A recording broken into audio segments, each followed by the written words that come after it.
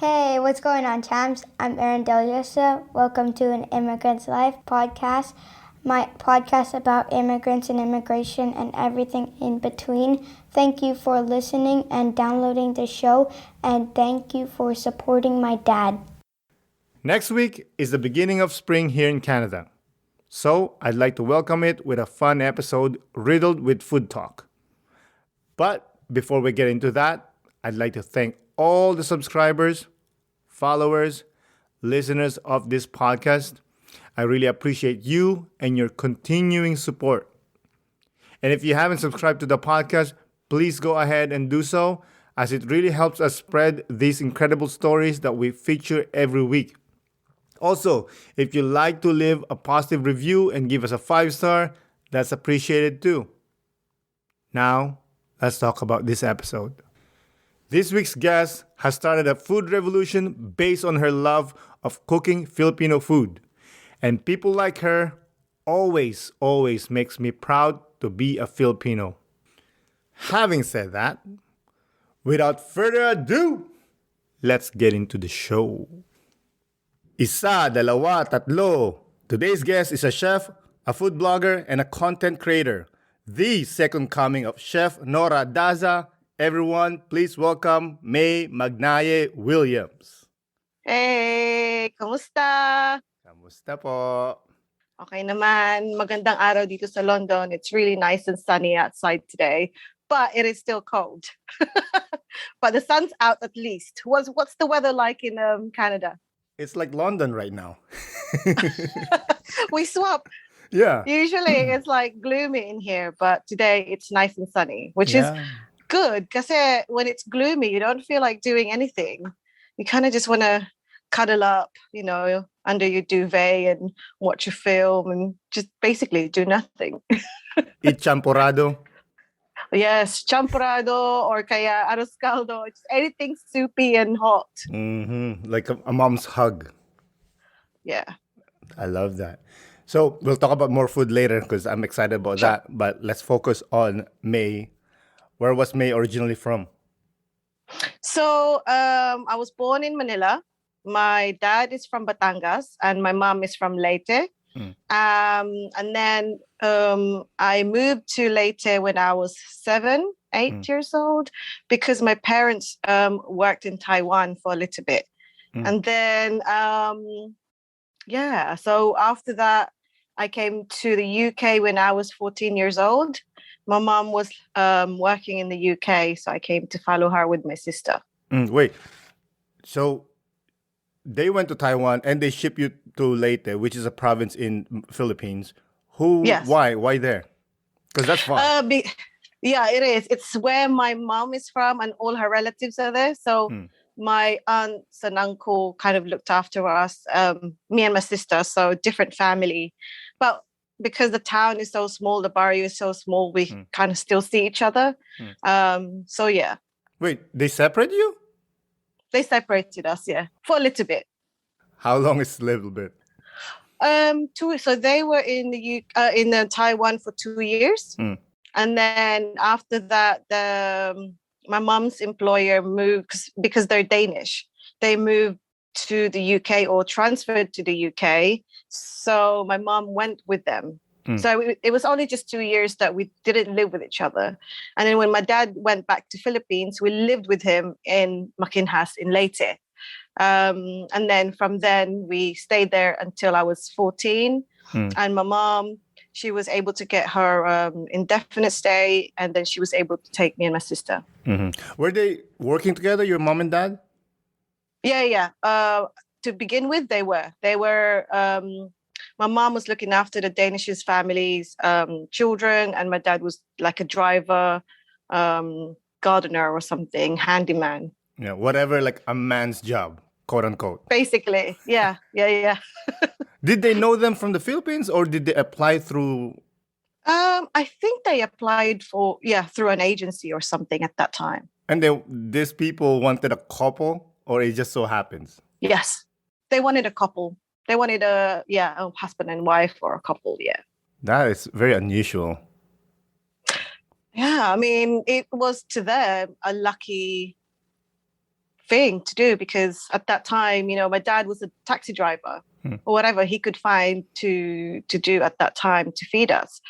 But Manila, maybe it is still now. It's hard to find a job sometimes. So, when they finally got the offer to go to Taiwan, they said yes. Yeah. So how was Mae's growing up in Makinhas? It's a small village, as I saw through Google or my 5-minute research. Yes. Actually, you know what? It's the most fun I've had. I think as a child, as a young person, it was such an adventure. I didn't realize it at that time, but I feel blessed that I have spent that time in the province and not in the city, because I was able to really explore nature. I wasn't thankful at the time, but now as an adult, I feel like, oh my God, the experience I had there, I wouldn't change that for the world. Having to live now, growing up in the UK, in the city, in London, I feel like I had that moment, and it's a really, really good moment for me. And it made me who I am today because of that time in the province, just the freedom of, if you're hungry or you want a snack, you can just climb a tree or, use your chanelas to get, let me get that, the little fruit thingy. It's like, Aladares? Maybe. It looks like grapes. Something. I mean, it looks like cherry, like little cherries. They're very small, yeah. So you kind of just like, yeah. I think you don't climb it? Oh, maybe. I mean, you have chanelas also, but I probably will climb it, but it depends on the day, I think it was. But, or the star fruit, ano yun? Not bayabas. Bayabas is guava. No, balimbing. Balimbing. And all you need is like salt, because sometimes it's very Everything sour. is salt. Oh, just love it. Like, even my neighbors, they probably, they would be making a snack, banana. They boil a banana, saba. Some of them are a little bit ripe and some of them are still green. And once they've cooked it, they would call out for me, Mae, or Ezra. My first name is Ezra. Ezra, come here. So why? What is it? Oh, we've made some banana and some bagoong. Ooh, yes, I'm coming. So I'll go to my neighbor's house and share the snacks with them. I love that. I mean, here, no one knows you. No. They walk past you and don't even bother. Yeah. Unless you're a celebrity, maybe. But, that I love. I love the fact that the community is so close and nice. Yeah. I love that too. Like, it's like they don't have much, but we always share. Yeah, exactly. However, there's a dark side of that part, is because everybody knows everybody's business. Mae can't do nothing wrong because everybody's going to talk about Mae. Yeah, that is true. I mean, I remember having my first boyfriend or crush or something, and everybody knows about it. Like, oh my God, how the hell did he know? How did that Lolo knows? Why is that Lolo talking about me? Do you know what I mean? It's like, dude, it's like we have a local newspaper or media person, and yeah, that's one bad side about it. Everyone knows everybody. Exactly. But would you still choose that? You know what I mean? Oh, yeah, 100%. I mean, just don't do anything bad. If you do, make sure you hide it well. But you can't hide it because everybody's watching everybody. Well, you got to be good at it. Yeah. I mean, obviously you can do whatever you want to do, but, don't do extra stupid, Oh, yeah, for sure. Because everyone's watching. Exactly. So talking about that, what kind of troubles did you get into? Oh, no, I was so good. Honestly, I was. I was a really good student. I went to school. You can't do anything if your dad's there. Like, you'll get beaten up, If he says, like, come home by 6 o'clock. If you're not home, I'm going to be looking around for you with a big, either belt or a stick, and I'll stick you all the way home. And that just like to me, like, oh, yeah, gotta go home, guys. You know, I don't care what this is, and it's fun, but I had to go home. Exactly. Because I don't want to be beat. No, you don't. You don't want to cross that line. You go home and you get beats on the way home, and when you get home, you get extra beats. Exactly. I mean, not that so, you know, it's that's what it is. I think a lot of Filipinos know about that as well. For sure. My rule was I grew up with my grandparents, as most of us, because, you know, mom went to Hong Kong, like your family. Yeah. And the rule was, because we live close by the church, and before the bell rings at 6 p.m., you better be inside. Oh. Because if you're not inside, you know what's up. Yeah. My grandparents will never look for us. They won't search for us. We just know. Yeah. You know? Oh, gosh.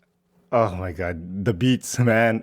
She used to have my grandpa first, then he passed away, and then my grandma. We used to have inside, like as soon as you get in the door by the door frame, there's a part there that they hide the stick. This stick is made of flat wood, nara wood. You know how hard those things are. Like they're like steel made of wood, God. right? Yeah. Yo, that thing broke on us. It wasn't Painful. on me. Oh my God. We don't get beat as much. That's the main Did rule. you have brothers and sisters? I do have siblings, but you know how it is. Like you said, like we live in a communal place. Like even my cousins, which is not my grandma's really grandkids. You know how it is, right? In the Philippines, everybody's a lola. Yeah. She beats them up anyway. You.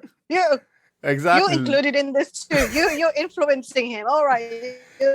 I'll beat you up as well. Oh, it's funny. I mean, looking back to it now, it's a funny experience. But I bet at that time we were shitting ourselves. Sorry.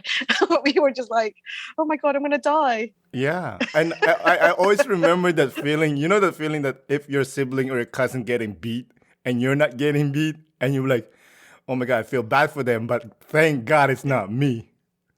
Yeah.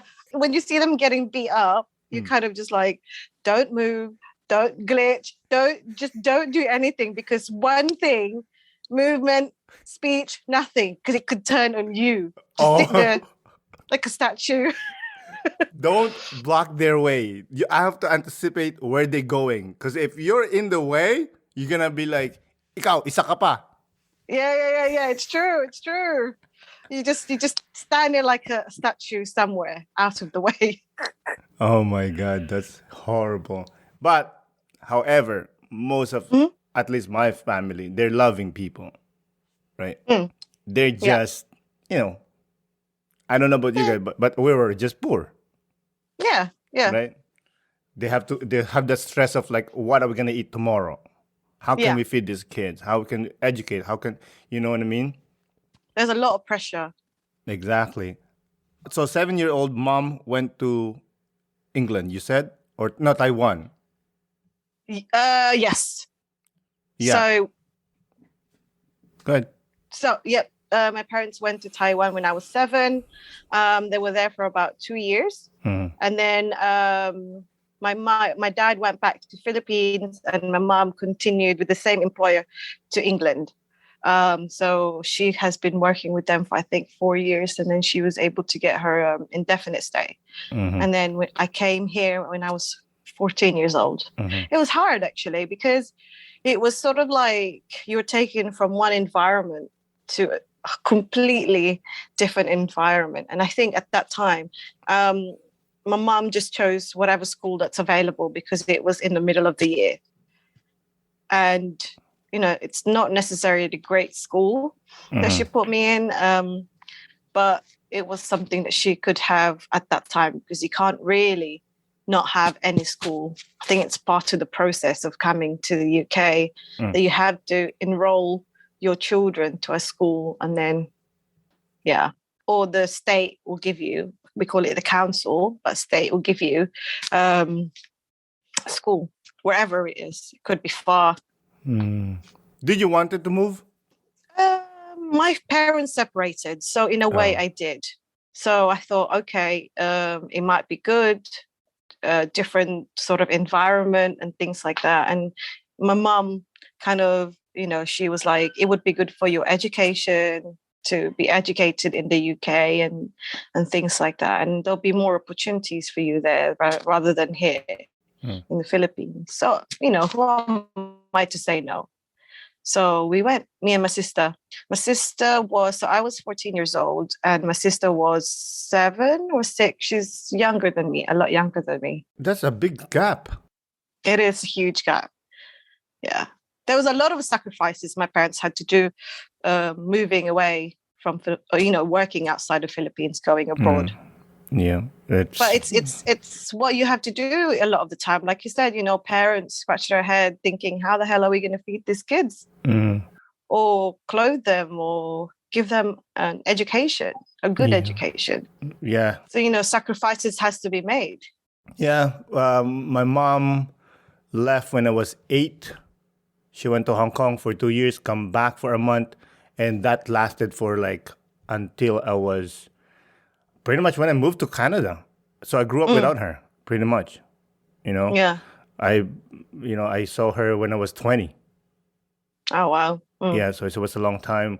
But even when I was young, I knew that okay, we need to do this or else nothing will happen. Yeah. Yeah, it's true. I think because it's a common thing in the Philippines, somebody moving abroad or parents going abroad to work.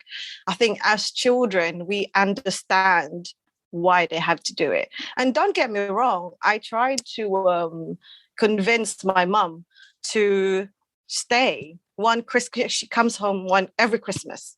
And one Christmas I said, look, Ma, you don't need to go abroad. I don't mind going to a state school, because at this time she was putting me to a private school. I said, I don't mind going to just the national high school or something in Bye-Bye. Just as long as you stay here, because I knew there was a problem in their marriage. And I said, just stay home, just stay here. But she insisted that she has to be away because she wanted us to have a better life. Better education. And I guess that's her sacrifice, and that's what she did. Yeah, I thought of that too with my mom. I get it. This is the way for us to be better, but you're sacrificing my youth. You're missing out time, right? Do you think their body's so used to it that this is just what we do now? I think so. I think that they have gotten used to working. I mean, my mom is now 65, I think. I don't know. I'm not really sure. Nobody knows mom's age. I mean, I keep forgetting my own age, let alone her age. So she's still working, and she just recently retired from working in the school, as their cleaner. And she said, yeah, I'm retiring. And I said, are you really retiring? And she said, well, I still have my part-time, Mrs. So-and-so, they need the cleaning in the house, and this family needs babysitting, ironing. It's like, oh, okay. So you're not really retiring then, are you? They don't know what retirement means. No, they don't. But she said, one thing she did say, because living in the UK, maybe it's the same in Canada, the ticket to go to Philippines is so expensive during the school holidays. So when she was working in the school, she could only go to Philippines during the school holidays, and the tickets more 50% extra. And she said, now I can just go, and it's cheaper during school term, and I can stay longer. And I said, well, okay, in that case, that's fine then. Yeah. You can still do your part-time. And for them, I think they're so used to working every day and so hard. It's their lifestyle now. It's not even job. It's not even a job. It's a lifestyle for them. And money just is an extra. It's a bonus. Because if they don't do anything, if they just stay at home and watch Netflix or whatever, they'll go nuts. They'll go insane. They will, yeah. Yeah, literally, I said to my mom, something yo, you don't have to work, right? You can just relax. I get it. for you to do something to make you feel like you're doing something, there's a goal. Yeah, once in a while do something. But she's like, no, no, no, no. When she stay home, she cleaned the whole house, which is immaculate already. It's true. There's only so much you can do with cleaning the house. You know what I mean? And I'm sure your mom's doing the same thing. Like, Mom, stop, sit down, let's just eat or do something. No, no, no, no, we need to clean. Yeah, it's true. That's always the thing. And my mom does love tennis, though. She loves playing tennis. Really? So that's one thing she does on a weekend. Like on a Saturday, she has a tennis court near her house, and she would go. I think there's a local club, so she would go and play with them. So that's one thing she loves doing, and it's good because it will keep her moving and not just like working all the time. And that she really loves doing. Love tennis. So you moved to London. No, I moved to the UK with my mum. So I stayed in Kent for a little bit. Yeah. So I went there to I think it's an equivalent to high school in the Philippines. So secondary school here, we call it. And then after secondary school, you have your test. Then you go to college, or we call it sixth form college. And I said, Ma, I went to London and I really like it there. There are so many people out there of color, because where we lived, it's predominantly a white area. And, I didn't have a good experience in school with bullying and stuff like that. Let's talk about that. What kind of bullying? What did they say to you? Just accent and kind of like not including me to, how girls, it's an all-girls school. So excluding me in their like groups and things like that, sort of like gossiping and looking at you. And somebody tried to sort of like wanted to fight me, and I said, go ahead. So I said, go ahead. She's ready to fucking die. Do it. We live or die now. And I said, yeah, do it. And she was like, she wasn't sure if she should. So she moved away. She thought, because I'm short as well. I'm 5'2". Well, at that time, I probably was just like 5'10" or 5'11". I grew a little bit. But at that time, I was like, yeah, do it. So she was like, ooh, she's spicy. Exactly. That's what she's thinking. And she moved away. So they kind of like still talked about me, but didn't do anything physical, like call names, things like that, but didn't do anything physical. And I hanged around with the other people of color. And there's probably like maybe 5 of us in the whole school. So I said to my mom, when I saw what London was like, I said, definitely when I moved to London to study. So that's what I did. Because I said, look, I can't stay here. It's going to drive me crazy. Like from my house to the school, I have to take the bus, and it's like an hour's drive. Ooh. An hour drive. Yeah, because it's so far away. It's out of nowhere. It's in the sticks, as they say here. What happened to Dad when you moved? He stayed in the Philippines. He stayed with his family in Batangas and just be with his family, really. But I kept in touch with him. He, 2010, or was it 2011, he passed away. Oh, sorry to hear that. Just okay.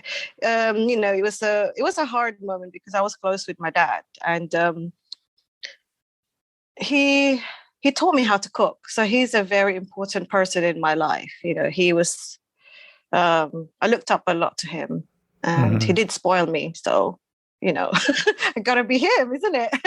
I wish that he stayed longer to see what have happened to me, but maybe I might have a different career if he didn't pass away. So I got into food because I was mourning for him. It was my way of keeping close, because we spent quite a lot of time cooking together, and him teaching me how to cook Filipino dishes and just doing things. He would pick me up after school in high school or elementary, and then he would take us to like Pantalan. It's like, what's that in English? It's like a dock. It's a wharf. Yeah, like a boat thingy. And they used to have restaurants like off the dock, barbecue places and things like that. So we would go there. He'll have a beer or something, and me and my sister will have barbecue, and we'll have our dinner there, and then we'll go home. Or sometimes he'll come at lunchtime, pick us up, and he'll have baon with us, and he would drive to near the Pantalan by the sea, and we'd eat lunch there. In this little jeepney. You know the little jeep, not the passenger jeepney, but the smaller jeepney. Oh, yeah, owner type jeep. Yeah. And I remember there's a little TV at the front. It's so cool. And I was like, oh my God, this is the coolest car ever, you know? And we've done so many things. So he's definitely missed. Was he a storyteller? I don't think so. No. I don't remember him telling a story. No, I don't think he's a storyteller. His friends are. I think after drinking a few beers, he'd become a storyteller of whatever it is. I didn't really listen to it. And he started speaking English too. Oh, yes. Always after. But there's always pulutan, so that's what I remember. Him cooking something, or he loves going to Sabong, and he has his own rooster to fight. So he's been grooming this rooster to be a fighter and training him, and they would go to the fight, and a lot of the time he would win, and he'll bring the loser rooster, and they would make tinola with it, and then out the beers. Obviously I can't have any, but I'm just like, I love listening to them talk about whatever, like to each other, to his friends. He's a storyteller. I think they're just missing, to be honest. I don't know. I sit there and just listen to them, whatever it might be. It's hilarious. Or they would go to like a blockbuster type places in Philippines and borrow films, and then come back, and then we would watch it while eating the tinola and talk about their winnings or something like that. Yeah, there's always food involved. He loved planting. So he planted vegetables at the back of our house, and we had some chickens. We had one pig, female pig, and then she gave birth to a few piglets. That was so cute. And then we had flowers at the front of our house. So that was what I grew up, and it's really nice. This is why I said, like I was close to nature, and food, food is readily there for us to have in comparison to here. So we had like a mini farm in a way. And if you wanted to have a different type of vegetables that you don't have, you can go to your neighbor and sort of like, can we exchange, or can I buy this off you? But normally they'll just give it to you anyway, because there's so many. Yeah. Well, like that you explained and tell us like how your house was. It was like exactly my house. My dad was the same thing. Like he always has a plant in the front of the house. And when you're about to eat, or you're missing a ingredient, he'll just come out, grab something, and then like, add it on. Yeah. That's beautiful. When you moved to London, he stayed in the Philippines, but you go back to visit him once in a while. Yeah. Since I moved to London, I've always tried to go back every 2 years to Philippines with the children as well, because I wanted them to grow up knowing their own culture. And this is the longest that we haven't gone back to Philippines. So the last time we went back was 2018 for a friend's wedding, and we haven't left to go there since, so to visit Philippines. And it's really, really sad because my cousin's children are almost actually the same age as my children, and they've become friends also. But when they saw each other, they were like, like tiny kids, and then now they're all dalaga, they're all young ladies now, and it's so different. But they see each other on social media. So, somebody would post like a TikTok thing. It's like, oh, mama, look at what blah, blah, blah is doing. And that's how they talk to each other. And they look so different because the last time we saw them, neneng na neneng pa sila. They're like babies. Now they're young ladies. It's completely different. Crazy. Yeah. You mentioned social media. And I try to like think about us growing up without mom or dad. And now they have FaceTime. Remember back in the days, we don't have nothing? No, we don't. Like if we wanted to speak to our moms or our family abroad, we would travel to the main town. I know yung PLDT. You go to the PLDT. It's like a phone. Phone booth. Like a phone booth, yes. And then you go, we have a scheduled something, or call this number or whatever. And then from this end, they would get, hi, ma'am, we have Mr. or Mrs. blah, blah, blah, blah. Would you like as a collect call or something like that? Would you like to accept the call? Tapos sasabihin na, yes. And then, come. And then we go all in the booth. And we squeeze in there and we wait for our turn to speak. Like, hi, ma, I want shoes, okay, or whatever. I love that. Like while you're crying and people was looking at you. Yeah, and it's like see-through booth as well, isn't it? And you're all crammed in there. Like, okay, is it my turn to speak yet? Oh my God, man! For us, we didn't have to go to like any booth or whatever. It was our neighbor, which is like a few doors down. For some reason, in my area, there's only one person that has a phone. I'm like, and they're not like the richest person or anything, but for some reason, they're the one who has the phone, and no one else that I know of. So they are the phone. So what my mom used to do was call that phone, tell the owner of the phone, like, hey, by the way, I'm, can you please call my kids? So that owner will run to our place and say, yo, your mom's calling. You better move. So you move, you go, and you just talk to mom. And sometimes you're crying and because you miss your mom and all this stuff. It was just like, it's felt so weird. But I'm grateful to this family because really they didn't have to do it, right? Yeah, you're right. I mean, they don't have to, but that's the community love that we have back in the Philippines. Yeah, so if you see that picture, it's in the middle of nowhere. No one has a phone. And I remember at that time, we only have one channel. I think it was Channel 9 or something, because it's like behind you, that picture, it's all mountains. There's no signal, but I love it. Like every time I go there, I'm always telling my kids, this is the river where I used to wash our clothes. This is where we had fun swimming with my friends. And that's where we did barbecue. It was so innocent. Nothing like today, I think it's just really good fun to have that experience in there growing up. Yeah. How was your kids' experience going back to your roots? Like, did they enjoy it? They're like, Dad, Mom, this is the amazing place. We should stay. No, they didn't actually have that excitement.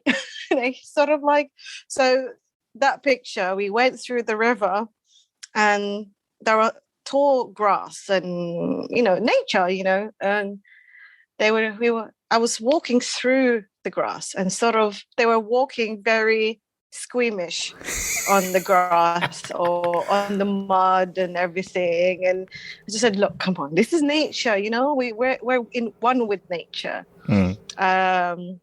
We went into the river. It's not actually very deep. It's probably like knee-high deep or something. Up to your knees. Oh, this is nice. And I said to them, look, it's nice, but it's nicer when I was here because now you can actually see like trash, rubbish being thrown into the river. I said, oh, they need to do this rubbish, get rid of it because now it's becoming horrible. It used to be much nicer before. And I've noticed also that the river has there's less water in the river. And I don't know what's happening, where it's stopping it or it's just nature doing something or people doing something because it's a long river passing to where we are. I don't know very much about it. But I said to my husband, Adrian, when we go back to the Philippines and go to my mum's area, I want to find out like what's going on in this rubbish throwing in here. And I remember going down there and I see my mum's boxes with her name on it. And I said, what the hell is this? You're ruining my river, And I went back to the house and I said, Ma, please, come on. Why did you throw it in there? And she said, no, I didn't throw it in there. She must have asked somebody to throw it away and they just threw it there. And I said, well, that's not good. Somebody needs to clear that up. Wait, what do you mean? Like somebody threw her boxes in the river? Yeah. Like balikbayan boxes. So it's empty, but I can somebody see. Just threw it there? Yeah. Oh, and I just thought, oh no, that's not good. That's not good. And I don't want to be responsible for that, even though it's her box. But, she should know better. Tell them to burn it, or burning might not be good either. But something, not here. There must be a rubbish collection. But again, this is like infrastructure in Philippines that maybe needs change. But it's just a shame. But my girls love it. Going back to Philippines, they love the beach, they love all the food and everything, but going into my mum's place was an eye-opening for them. They're very scared of ants. And I said, look, the black ant, don't be scared, they don't bite, they're good ants, just blow it to get them off you. The red ants, that's definitely something you need to kill because they will bite you. And they were like, okay. And I remember my youngest daughter, she had a black ant crawling on her leg. And she was like, she was so scared. It was hilarious. I said, it won't bite you. It's fine. Yeah, exactly, So before you get into the food industry, what were you doing before that? Oh, before that, actually, I got into cooking quite early. But before that, I got married at 20 and I had my first daughter at 21. And we were kind of frustrated with the Filipino community in the UK. So we decided to put together an organization. It was called Philippine Generations. It's a non-for-profit. But the main aim for the group was to educate, inspire, and empower Filipinos in the UK, especially the younger Filipinos. So I wasn't working at that time because I stayed at home with my daughter. So we all did it like part-timely kind of thing. So I thought, even if I'm not working, I could gain some skills in community organization and things like that, events. And, I learned quite a lot, learning by myself, looking at things online. I learned bookkeeping. I learned how to do different things like management and even a little bit about policies in the organization, legal stuff. So we all had to learn it all by ourselves. We even had language classes for children and adults. That one was really good. And I really wanted to keep it because a lot of the Filipinos in the UK, second generation, didn't speak it because when they went to school, the teachers actually discouraged them to speak their language. No. So, yeah, it's true. My husband experienced it. A lot of the people I know here experienced it. So we had a lot of adult students who wanted to learn Filipino language because they couldn't do it at home because they were discouraged. Their parents like, don't speak your mom's language at home. Just speak English so you can speak better English, kind of thing. But now they encourage other language. It was a bit backwards, back then. It was such a fun thing to do. We probably, how long did we? Maybe 8 years. Wow. We were doing that. Yeah. And then in between, I started doing part-time catering at the same time. But yeah, but towards the end, we couldn't really put as much effort to it now. So we just had to stop it, which is sad actually. But at the same time, it's hard to keep up with the organization. So we just thought, we'll we'll keep the social media just so people can look at it, but we don't do anything anymore. Speaking of social media, Food with Mae. I love that page. It's the best. Thank you. I love your food, man. Every time I watch it, I get mad at you because like you cannot post good food because I'm gonna get hungry, and I'm gonna be fat. I know. I get a lot of messages like that. Why are you doing this? Oh, I hate you right now. I was like, oh God, maybe I should stop posting things. No. Continue. We love it. Like the last you did, the empanada. I'm like, this is not food. This is art. Thank you. You know what?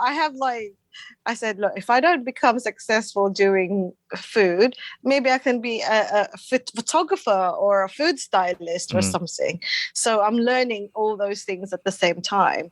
But it looks like Filipino food is on the rise in the UK. You know, we have a lot of people opening Filipino businesses. So I'm so happy because when I first started catering, you know, there's hardly any Filipino places. Maybe there's like 3 or 4 restaurants in London. And I thought, I was frustrated because I'm like, come on, guys, do something with Filipino food. Tell more people about it. Do more exciting things. It was just so like, out of that frustration, you know, I said, I'm going to do, at the time, I said, I'm going to do supper clubs because the supper club, it's like, I think in America, it started in the US, or maybe in New York or something. They called it the underground restaurant or an anti-restaurant or something like that. And I said, look, I'm going to do that too. I'm going to do that in the UK because you don't need a venue. You can do it from your house and you invite all these strangers. Kind of scary, but you put like processes in there.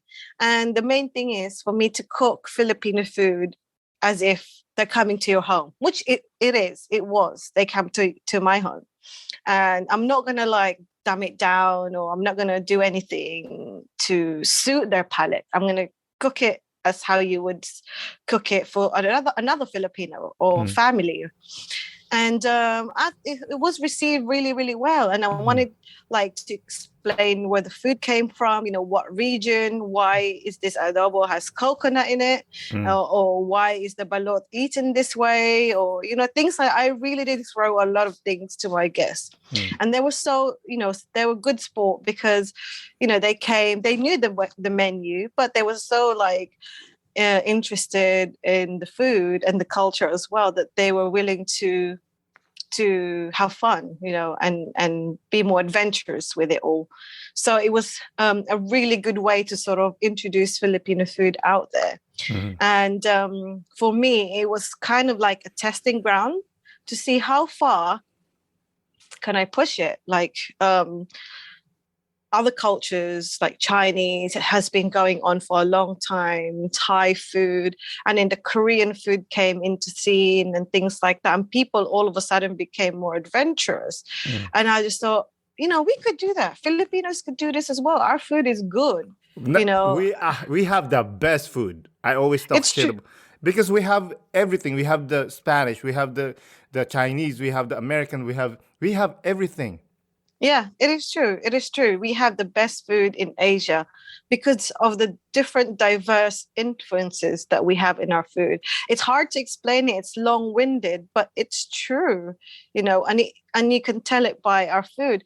You know, I think what's missing is the education side to it. Somebody need to educate non-Filipinos why it's called adobo or why it's called arroz caldo, or why it's called binodo. You know, where did the Mexican come into this? Where did the Americans, why do we have sweet spaghetti? Why do we have burgers? Why do we have fried chicken? You know, so it was for them, they were like, oh my God, I didn't know Spain was in Philippines. Honest to God, like 90% didn't know, British people didn't know that Spain colonized Philippines for 300 plus years. So yeah, it was a really, really good sort of time to introduce Filipino food. That's and amazing. I know that have inspired a lot of people to open their own businesses and just to be proud of their food. Like, show your friends what Filipino food is, because it's good. Show them bagoong. Give them bagoong. Wait, Give them... I don't know about bagoong. 1 minute. Let's not show bagoong first. Let's, slowly, It's got to be done. It is what it is, But in saying that now, like the restaurants, that the new breed of Filipino restaurants in the UK have been putting bagoong on their menu, and it's going. That's and good. Filipinos, love that. I love that. I love the fact that they are bold enough to do that, because to be proud of something, you don't want to just hide. You don't want to just show something, that's pleasantly good to look at. You want to show everything, good and bad. Not that bagoong is bad, but it has a bad impression. It has a bad, image, and we need to get that image to a good image, because it has the umami flavors. It has flavor. That's what we have, flavors. That's what makes pinakbet. Like, everybody loves pinakbet, and it has bagoong. So. But, by the way, let me just clear up something. I don't really like bagoong. You don't? No. I mean, I like it with the mango. Oh, okay, yes. With mango, that I like. But I'm very specific with my food. However, I grew up eating meat. I don't really eat vegetable as much, because my grandma was a butcher. So we have always meat. Yeah. Yeah, I love that what you're saying, because now it's now I see it more. That on the social media, on TV. Speaking of TV, can you tell the story how you get on TV? I love the story. Oh yeah, so I was doing my supper clubs, and online by email. Somebody sent me an email asking if I wanted to get involved in this show that Mary Berry is doing, and this was back in 2016.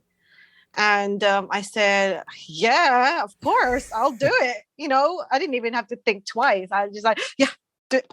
And she was like, oh, what can you cook for us? We're doing Easter Sunday. So I'm on the Easter Sunday part. So there are people doing the Easter Friday as well. But they probably thought, oh, yeah, Easter Sunday for Philippines.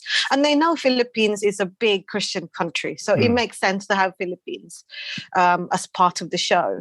And I said, okay, in Philippine culture, kakanin, which is the rice cakes are a big part of the Holy Week, because a lot of Filipinos, especially the older generations, the devoted generations, they fast during the week. And maybe they don't eat on a Friday for Good Friday, or they only have rice or seafood or something like that, or just kakanin, just the rice cakes, until Sunday. So I don't think they like that very much. So they said, let's just do lechon. So they put me on to do the lechon. And to me, like previous to that appearance, Philippines was on TV too, not long before that. And it was for a typhoon. Devastated. I think it's either Ondoy or Yolanda or something like that. It was big enough to reach the news in the UK. And I said, we're always put on a bad light, or a scandal about a Filipino, or blah, blah, blah, kidnapping, or, things like that. And I just thought, this will just be a different image. Like, Philippines will be put on a different light, on a positive light that will just, make Filipinos even more proud about their heritage and where they're from, and nothing malicious about it. And that's what I love about that program. And almost every year, I think every year actually, because every year I get a message to say, oh man, you're on TV, and they take a picture of their TV. And this is like 2016. Dude, they don't even pay me. They didn't pay you? No, this is like, yeah, there's no pay. I mean, there's no pay to show it every year, but to be honest, every year I get people streaming into my social, so I guess it's a good thing. It doesn't matter. For me, it was like community work. Yeah, but they're making money off their community work. It's true. I need to send a bill to Mary Berry. You know what I mean? I watched the video. I'm like, yo, what's up, girl? I want that. I want that in Canada. Like, we have Filipino channel here, but I want to see it like in, national TV. What I'm saying, like I want a May. I'm sure there's someone here that I don't know of, but no one that like enough to give impact. Like, oh man, she's killing it, showing this old white lady what lechon is. Oh, she's hilarious though. She's such a lovely lady, like your typical Lola. She was so nice. And very professional. She would make mistakes in between and she'll, okay, I'll do that again. And she'll just do it. And she's just like, and then she'll start again. She was so good. I was so inspired by her and that experience. And that's what I take from it. Even though I would have loved to get paid, but that experience. And I think just showing what Philippines is in a good light is it's really good for me, because I think at that time it wasn't really like, not many people know where even Philippines in the map is, it's so underrated here, like no one knows about it. And now everybody knows about it. Everybody knows about adobo. A lot of people know about Filipino food,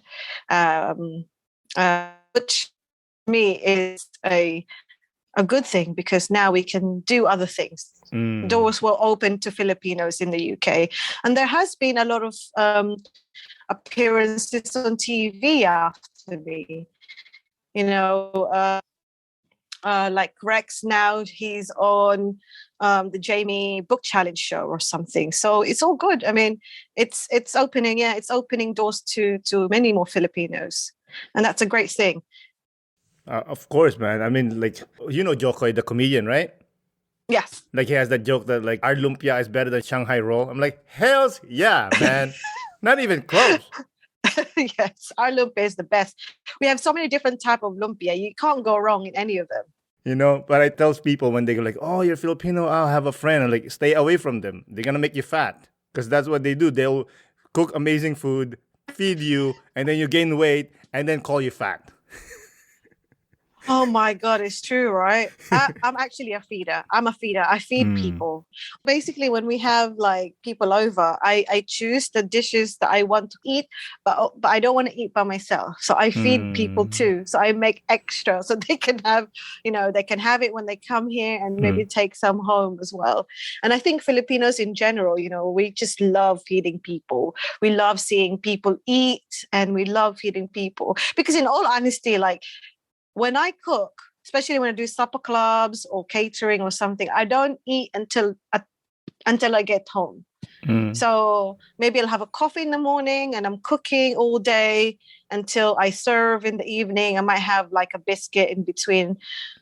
But then I don't eat because I'm not hungry. You smell all this food, you taste some of the food, but then I'm not hungry until I get home.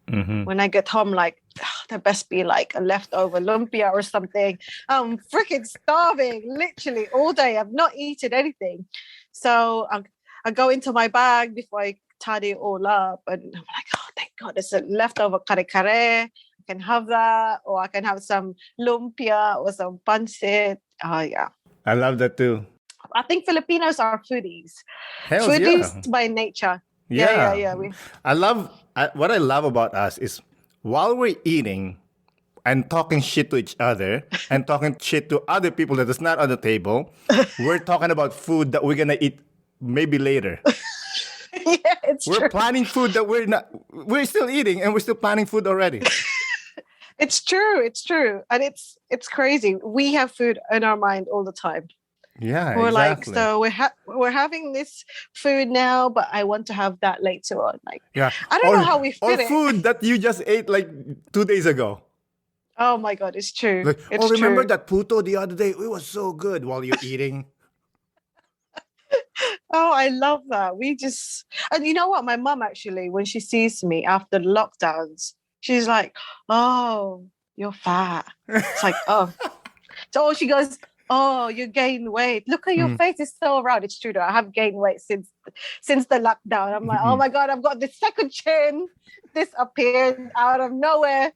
Everybody gained weight. Oh my God! But I love that your mom says, "Oh, you gained weight. You're fat," and then I'm sure the next sentence like, "Did you eat?" Yeah. She goes, oh, what are we having for dinner? Oh, what are we having for lunch? Shall we go somewhere to eat now? Like, okay, yeah. Just go. We Yeah, love food so much. oh, me too, man. But however, I don't cook. My grandma was a great cook. She was a great cook. She's one of those like in our town that if there's a party or a wedding, she's the person to go to. And she's the Oh, one that, wow. walks around, grab like a spoon and like, this one's missing salt. This one's missing this. I'm like, how do you know? She Oh, I'm just know. scared now. I'm just scared for your grandma to try my food if ever I come to Philippines. Unfortunately, she passed away last year. Oh, I'm sorry to hear that. It's all good. But yeah, that's one thing I miss about. But the funny thing is, when I was growing up with my friends, most of my friends, they can cook, like your dad, right? By the way, his name is Pepe, right? Yes, Pepe. So that's his nickname. Yeah, Pepe. Like Pepe is a good example. Like my friends are like that. They can cook like really well. I'm the one who just eats. So I'm like, wait a minute. I'm from my grandma who's like a famous cook or chef or whatever you want to call it, and I cannot cook. It doesn't make sense, So one day I go up to her. She was cooking. Yeah. I think it was sinigang. I'm like, Grandma, teach me how to cook. I want to cook. And she's like, she gave me this like look like I'm stupid or something. She's like, Yeah. why? She's like, well, someday, I'm going to get married. I want to cook for my wife. She's like, you know what she said to me? She's like, shut the fuck up, go to the table and wait for the food. You know what it is actually also. So why I started learning how to cook because in the absence of my mom, my dad thought, okay, one day in contrast to what you were saying, so my dad said, one day you will get married and you need to cook for your husband. This is why he made me look at him, watch him while he cooks so I could learn and help him in the kitchen to cook food because he was just looking after my future, I suppose. He's just like, you have to like cook for your husband one day. So you need to learn. Yeah. Yeah, with me, No, because it's not a man thing apparently, unless you're really passionate about it. No. See, this is the weird thing about it, okay? Because she taught my dad how to cook. Oh. I'm like, why are you teaching him how to cook? You don't teach me how to cook. So my dad is like an amazing cook, right? Oh, wow. His number one is Bicol Express because he's from Bicol. And he makes this Bicol Express. To this day, my friends from the Philippines talks about that Bicol Express every day. I love Bicol Express. Oh, I love Bicol Express so much. I love Bicolano's food. I just like the coconut and the fish and the chili and alamang and everything. I just love all of that. And I would like to try your dad's Bicol Express one day. Yeah, of course. Is he living in Philippines? No, he lives here. He lives there. Oh, I'll come to Canada then. I've never been to Canada before, so come by. My family are so. I'm a bit of an introvert, even though I do podcasting. But my family, which annoys me, are friends to everyone. Like they just bought a house like a few years ago. In the neighborhood are like most of people that speak French. Dude, they were giving out food like Bicol Express or pancit or whatever. No. So now everybody loves them, like in a split second. Well, that's one way of making friends to the neighbors, I suppose. Yeah, but I love. Yeah, of course. But I love that, like, for the lack of a better word, audacity. That like, oh, I'm gonna give them food. They don't care if they like it or not. They just give food anyway. Yeah. And sometimes we have a party. My mom's like, oh, let's give the neighbor the pancit or the like pinakbet. I'm like, are you sure they're gonna eat that? Because that's a weird looking food. Like, no. They're gonna take it. They're gonna take it. Watch, they get like food. I remember one time we went camping. Like, there's like, I don't know if I'm sure they do it in London. Like, tent whatever. So we had like a quote unquote neighbor. This is like two white person. So they were passing by. They're passing by to use our land to go through the loo or whatever. And my mom's like, why don't we give them food? I'm like, Mom, we don't know these people. We don't even know if they like food. Like, no. They will like our food. So they gave them, I think it was lumpia they're cooking. Oh my God, these people came back. They came like, this is very good. Can I have more? Oh dear. But you know what? You can't go wrong with lumpia. Everybody loves lumpia. Like it's the first, sometimes I hate making lumpia because while you're cooking it disappears. I'm like, So I get so angry sometimes. Like, can I just cook it? No, it has to be fresh. Like, let me cook it so I can put it on the table. It doesn't even get there sometimes. Like, while you're cooking, you're there standing all day cooking, and they're kind of like, "Oh, can I have one?" And then they'll pick one. Like, oh, okay, I guess you can't say that. You're cooking it. You put it on the plate. There's like 10 of It's them. gone. You go back. It's like 2. Yeah, it's so quick. Like, but it takes you so long to roll every single one. Oh my God. They don't care. They don't care. My husband hates rolling it too, because when he was young, his mum asked him to help rolling spring rolls because she Okay. used to do catering as well. Okay. So now I'm like, "Oh, babe, can you just help me roll it?" And he's like, "Oh, No, I don't want the torture. PTSD. yeah." Oh, I was like, "Oh, okay, I'll do it." And he's like, "Just sit there." But now the girls are a bit older. They help roll the spring rolls, and now they hate rolling the spring rolls. It's okay. Someday they will love it. Yeah. They will. Yeah. I think we're getting there. But before we close out, I just have a few questions. Sure. The first one would be, if you're going to have a guest to come over, what's the top 5 Filipino food you're going to cook for that person? Definitely lechon, kinilaw, Mm-hmm. escabeche. Let's go to dessert. Brazo de Mercedes and biko. I love biko. It's my favorite. Yeah. Like Visayan biko, like, oh. Oh my God. My wife loves biko. She's like, yo, you got to take it easy on the biko, man. You're like, no, it's so good. I'm like, I know it's so good. Take it easy though, Oh my God, it's so annoying to cook because you're there mixing it for like hours because you want the rice to cook, and it's like you want it to be sticky and nice, and oh God. And then they just eat it in 2 seconds. Just eat it in 2 seconds. When it's cooked well, people just eat it so quickly. And then they'll be like, can I have more, please? No, it's all mine now. So now what I do is actually I make 2 or 1.5, and the half I keep it for myself, because when we have parties at home, I don't have the time to sit down and eat sometimes, or the appetite to eat. And I'm like, by the end of the day, or by when everybody leaves, I'm like, where's the food gone? Because a lot of them pack it, di ba baon, nagbabaon na sila, put it in boxes. So I'm like, so where's the food? So now I learned my lesson, and I put some in a box for me, so that when everyone leaves, I have something to eat for myself. Yeah, see, there's a great plan. So yeah, I think we should close out. Last question. What's in store for May this 2022 and beyond? Oh, this 2022, I'm focusing on Baon London. It's a delivery service. At the moment, delivering throughout or within London, partnered with a company called Untitled. So I do all the cooking, they do all the delivering and the payment platform and things like that. So I want to focus on doing that and growing it this year. I will also be doing or continuing to do recipes on Food with Mae, because I'm proud of showing our food, and I want to teach everyone about Filipino food. I have actually quite a few people who came up to me and said, "Oh, I've learned cooking Filipino food with you," because what I try to do is I try to simplify the method of doing it without taking the authentic flavors to it. It can't be 100% authentic from the UK, but it's the closest you're going to get because of the ingredients available in the UK. So you're just a little bit closer to it, but it's the closest you're going to get to Philippines. Spend more time with family. Definitely doing more me time this year. I'm hoping to go away, hopefully on holiday.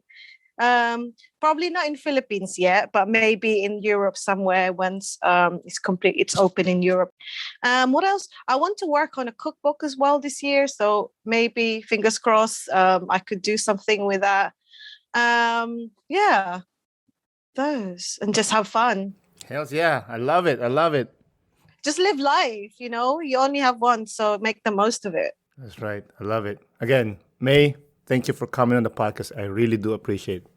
Thank you so much for having me. It's been fun, chica with you. Hells yeah. Thank you. I wish we had like some lumpia Oh while my we were having God. this conversation. Yeah, I That would hope have been so. good. And some San Miguel beer on the side, you know? Yeah. Oh, that would be amazing.